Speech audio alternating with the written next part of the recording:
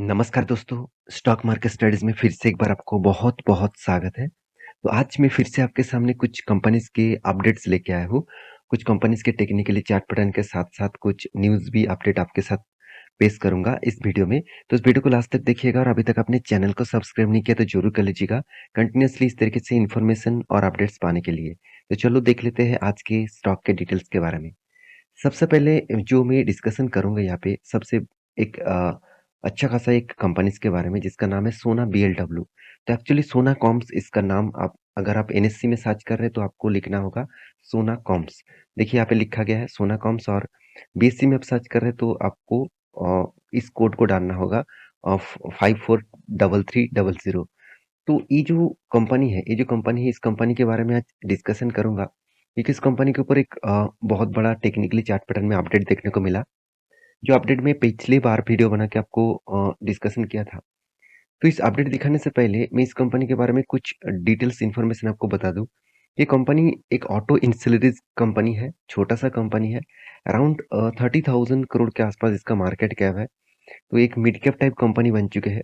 तो इस कंपनी का जो धीरे-धीरे जो ग्रोथ हो रहा है, वो बहुत शानदार है। क्योंकि देखिए कंपनी एक टाइम 20,000 करोड़ के नीचे भी था। जब से मैं इस कंपनी के ऊपर स्टडी कर रहा था, तब से कंपनी का जो मार्केट कैप है, वो 20,000 करोड़ से भी नीचे था। और तब से लेकर धीरे-धीरे करके कंपनी का ग्रोथ हुआ, 10,000 करोड़ उसका ग्रोथ हुआ। और उस ग्रोथ होने के पीछे बहुत सारे रीज़न्स भी है, जो मैं पिछले कुछ वीडियोज़ में आपके साथ डिस्कस किया हूँ। तो अभी कंपनी का जो हालत है, उसके बारे में बात करूँ तो मुझे बहुत शानदार लेवल में देखने को मिला। पहली बात कंपनी का जो रिटर्न ऑफ कैपिटल एम्प्लॉयड है, वो बहुत शानदार देखने को मिला। क्योंकि 20% के ऊपर अगर कोई भी कंपनी का रिटर्न ऑफ कैपिटल एम्प्लॉयड देखने को मिले, तो उसमें हाई मतलब ग्रोथ होने का पोटेंशियल है। साथ ही साथ कंपनी का देखिए डेब्ट भी ना के बराबर है। और सबसे जो बेस्ट पॉइंट जो मुझे लगा कंपनी का रिजर्व, जो 2018 में कंपनी का रिजर्व नेगेटिव में चला गया था, 28 करोड़ नेगेटिव था। और वो बढ़ते बढ़ते आज कितना 1700 करोड़ के आसपास बन चुके हैं। इसका मतलब कंटिन्यूअसली क्या किया कंपनी ने ग्रोथ किया। और कंपनी में ग्रोथ और किस जगह से देखने को मिला, वो है कंपनी का कर्जा। देखिए कर्जा कंपनी तो जब कंपनी का रिजर्व सबसे कम था 2018 में, उस टाइम और एक चीज आप देखेंगे तो उस टाइम शेयर कैपिटल भी 28 करोड़ के आसपास था। आज कितना 585 करोड़। इसका मतलब कंपनी खुद के जो शेयर कैपिटल है वो भी इंक्रीज हुआ, कैपिटल इंक्रीज हुआ, रिजर्व इंक्रीज हुआ। इस दोनों को जुड़कर कंपनी के हाथ में जो टोटल इन्वेस्टमेंट है, टोटल जो इन्वेस्टमेंट है वो आपको देखने को मिलेगा अराउंड 2200 करोड़ के आसपास। तो इस तरीके से टोटल कंपनी का सॉरी 2200 करोड़ के आसपास इस तरीके से टोटल कंपनी के पास टोटल कैपेसिटी है। तो इस कैपेसिटी के हिसाब से कंपनी का जो बोरिंग्स है वो कम होता गया। एक टाइम 614 करोड़ के आसपास हो गया था, आज सिर्फ 300 करोड़ के आसपास है। 50% कंपनी ने क्या किया, खुद का बोरिंग्स को, खुद के कर्जे को कंपनी ने कम किया। फिक्स एसेट के बारे में बात करूँ तो फिक्स एसेट भी आप देखेंगे तो अच्छा खासा यहाँ पे लेवल में कंपनी ने ग्रोथ किया। एक टाइम 290 करोड़ के आसपास था, आज 1600 करोड़ के आसपास देखने को मिला। मुझे जो थर्ड पॉइंट जो सबसे अच्छा लगा, कंपनी का जो मतलब फिक्स एसेट परचेज, तो इस बार कंपनी ने अच्छा खासा एसेट को परचेज किया करीबन 350 करोड़ के आसपास। और उसी के बेसिस में देखा जाए तो कंपनी ने जो कर्जा लिया, वो कर्जा भी देखिए इस बार 148 करोड़ के आसपास कर्जा लिया। और पिछले बार के तुलना से कंपनी का जो कर्जा है, वो सारे के सारे जो कंपनी सारे के सारे कर्जा वो मिटा चुके थे। इस बार से छोटा मोटा अमाउंट मिटाया है। तो इस बार जो कर्जा लिया गया वो नेक्स्ट ईयर में कंपनी वो कर्जा मिटा देंगे, क्योंकि इस तरीके से कर्जा शॉर्ट टर्म के लिए लिया जाता है। तो उस हिसाब से कंपनी काम कर रहा है। तो देखिए कंपनी में जो कितना पोटेंशियल है वो आपको इन्वेस्टर के हिसाब से देखने को मिलेगा। मैं पहले ही बोल चुका हूँ, एफआईएस ने धमाका होल्डिंग किया, कंटिन्यूअसली बाय करते गए। एफआईएस और डीएस ने किस तरीके से होल्डिंग किया आप देख सकते हैं। और इसका होल्डिंग फायदा कहाँ से मिला, देखिए प्रोमोटर ने माल बेचा, उसी का फायदा डायरेक्टली इंस्टीट्यूशन उठा रहा है। देखिए प्रोमोटर माल बेच रहा है, इसका मतलब ये नहीं कि कंपनी खराब हो गया। कुछ ऐसे भी सिचुएशन हो सकता है जिसके कारण प्रोमोटर माल बेच रहा है। तो आपको ये देखना है कंपनी का कितना स्ट्रेंथ है। वो आपको देखना है तो कंपनी के म्यूचुअल फंड वाले ने क्या करा वो देखना बहुत जरूरी है। ध्यान दीजिएगा कंटिन्यूअसली कंपनी के ऊपर म्यूचुअल फंड वाले ने क्या किया, बाइंग किए। मार्च क्वार्टर में तो सबसे ज्यादा बाइंग हुए थे, करीबन करीबन 28 लाख से भी ज्यादा।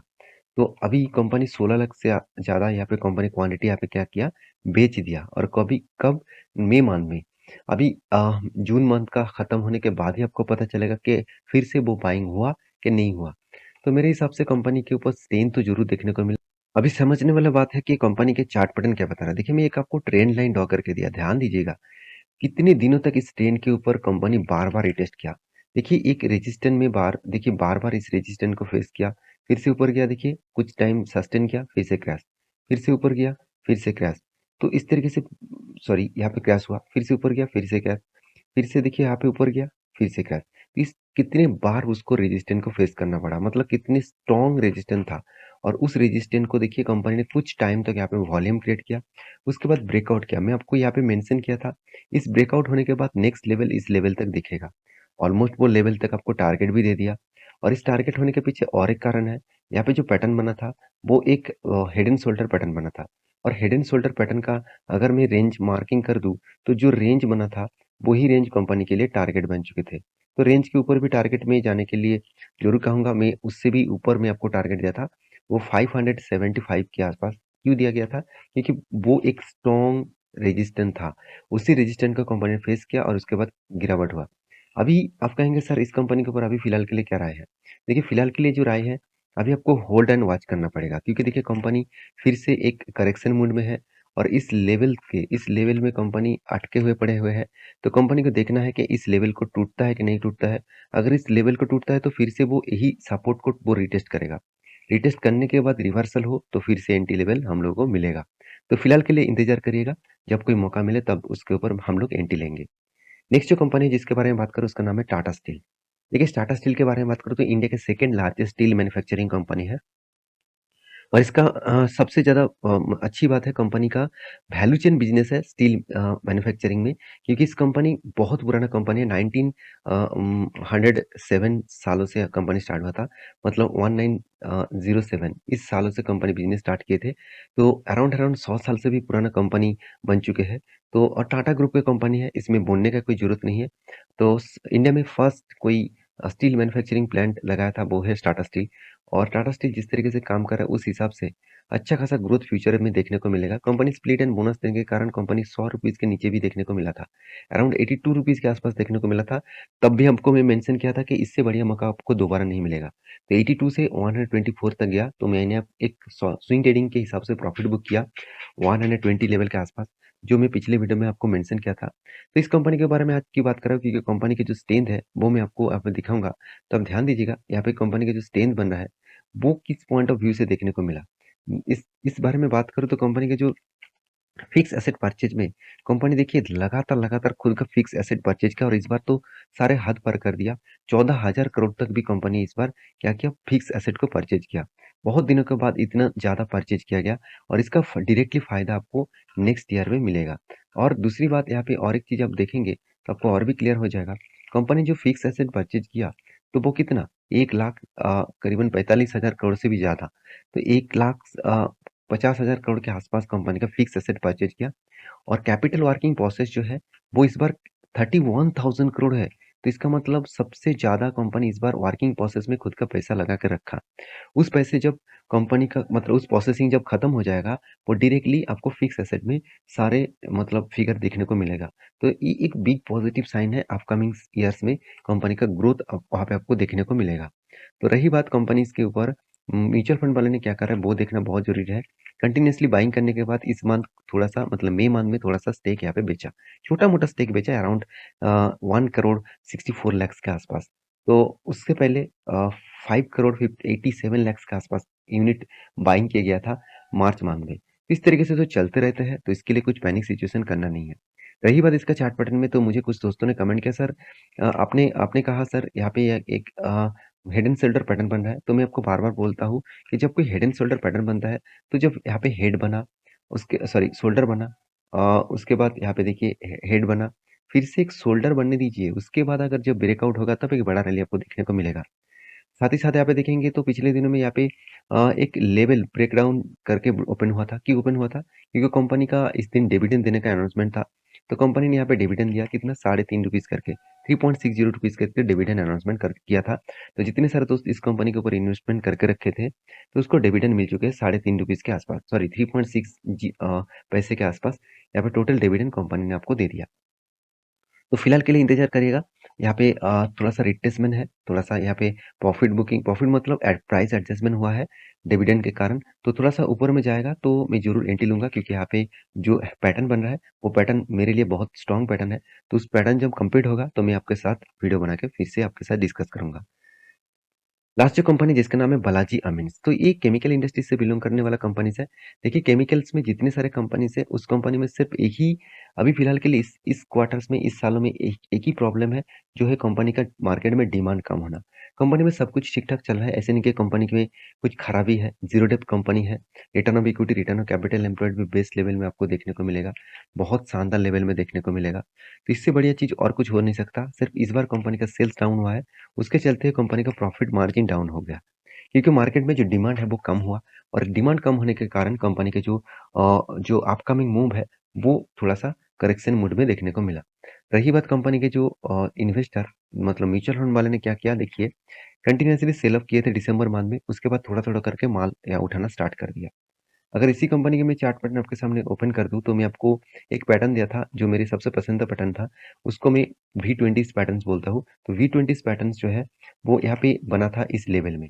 इस लेवल में बना था, कंटिन्यूअसली ग्रीन कैंडल बनने के बाद इस लेवल को टच किया, और वही मैं आपको बार-बार बोलता हूँ, जब कोई 20% का V20 स्ट्रैटेजीज़ बनता है, 20% के ऊपर, तो आपको बेस्ट एंट्री लेवल मिलेगा। तो एंट्री लेवल यहाँ पे मिला था, और मेरा टारगेट इस रेंज के आस-पास था।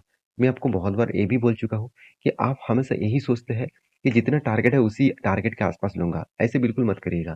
थोड़ा-सा पहले से ही प्रॉफिट बुकिंग स्टार्ट कर देना, क्योंकि बहुत सारे लोग क्या करते हैं, वही स्ट्रैटेजीज़ को फॉलो करके काम करते हैं, तो वो पहले से ही प्रॉफिट बुकिंग स्टार्ट कर देते हैं। बड़े-बड़े इंस्टीट्यूशन देखिए इस तरीके से B10 20 स्ट्रैटेजीज़ जो यूज़ करके काम किया, वो कोई पब्लिक नहीं किया, वो ऑपरेटर ने किया। तो ऑपरेटर इस तरीके से गेम को बार-बार खेलते हैं, तो इसलिए वो पहले से ही प्रॉफिट बुकिंग स्टार्ट कर देते हैं, क्योंकि उसको बहुत ज़्यादा क्वांटिटी होते हैं। उसको डर लगता है, उसको भी थोड़ा-सा डर लगता है, क्योंकि यहाँ पे अगर प्रॉफिट बुकिंग ना करे, अगर दूसरा कोई ऑपरेटर माल बेचना स्टार्ट कर दे, तो मेरे साथ गिरावट का माहौल देखने को मिलेगा। क्योंकि देखिए यहाँ पे ऊपर गया तो फिर से क्रैश हो गया। तो फिर से देखिए यहाँ पे टच करने के बाद ऊपर गया, थोड़ा-सा करेक्शन हो रहा है। मेरे हिसाब से ये जो रेंज है, इस रेंज के नीचे अगर चला जाए, तो थोड़ा-सा प्रेशर बनेगा, तो फिर से गिरावट का माहौल दिखेगा। तो फिलहाल के लिए कोई एंट्री लेवल मत लेना, ऑलमोस्ट एंट्री हो चुके हैं, ऑलमोस्ट टारगेट के आस-पास है। तो नेक्स्ट जब एंट्री लेवल बनेगा, तो मैं आपके साथ ज़रूर शेयर करूँगा। इस तरीके से इन डेप्थ एनालिसिस सीखना है, तो मेरे साथ जुड़े रहिएगा, और वीडियो अच्छा लग रहा है तो प्लीज़ चैनल को सब्सक्राइब करना और वीडियो को लाइक भी करना। लास्ट जो कंपनी जिसके बारे में बात करूँगा, उसका नाम है गुलशन पॉलीमर्स लिमिटेड। तो गुलशन पॉलीमर्स लिमिटेड ने कंपनी ने अच्छा खासा धमाका परफॉर्मेंस किया। अच्छा खासा कंपनी का परफॉर्मेंस होने के बाद कंपनी ने एक बहुत बड़ा अनाउंसमेंट किया। 1:1 रेशियो के यहाँ पे बोनस का अनाउंसमेंट किया। इसका मतलब हर एक शेयर में कंपनी और एक शेयर यहाँ पे आपको देने वाले हैं। तो उसके लिए डेट भी जो है, वो यहाँ पे तक अभी डेट आप देखेंगे तो डेट अनाउंसमेंट किया गया है 21 जुलाई, सॉरी 21 जून। तो इसमें डेट आपको यहाँ पे अनाउंसमेंट किया गया था, और आपको बोनस भी मिल चुके हैं। जितने सारे दोस्त को बोनस मिल चुके हैं, मुझे ज़रूर कमेंट करना। तो इसी तरीके से वीडियो पाने के लिए चैनल को ज़रूर सब्सक्राइब करना, और ये वीडियो टोटली एजुकेशन पर्पस में था। मेरा काम है आपको सिखाना, आपका काम है सीखना। सीखते जाइए, तभी आपको सब कुछ ईज़ी मिलेगा, सब कुछ आपको आसान होगा समझने में और स्टॉक मार्केट में पैसा कमाने में। तो मिलते हैं नेक्स्ट वीडियो में, तब तक के लिए अच्छे से रहिए, अपना ख्याल रखिए। Bye bye.